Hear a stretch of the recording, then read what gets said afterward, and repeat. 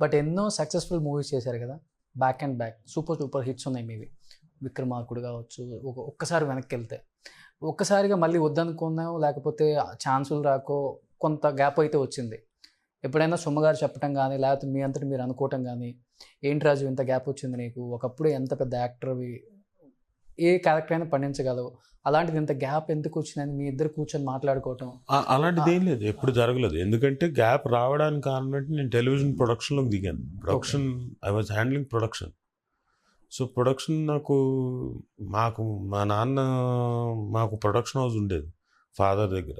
So నాకు ఆ లెగసీని continue చేయాలని చెప్పేసి నేనందుకు నేను వాలంటీర్గా ప్రొడక్షన్ హౌస్ స్టార్ట్ చేసి దాంట్లో బిజీగా ఉన్నాను. నేనే ఒప్పుకోలేదు చాలా సినిమాలు.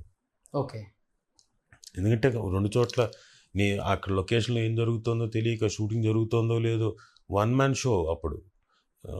ఎందుకు ఈ పర్సనల్ పేరు ఇప్పటి నుంచి రోషన్ కూడా వస్తున్నారు.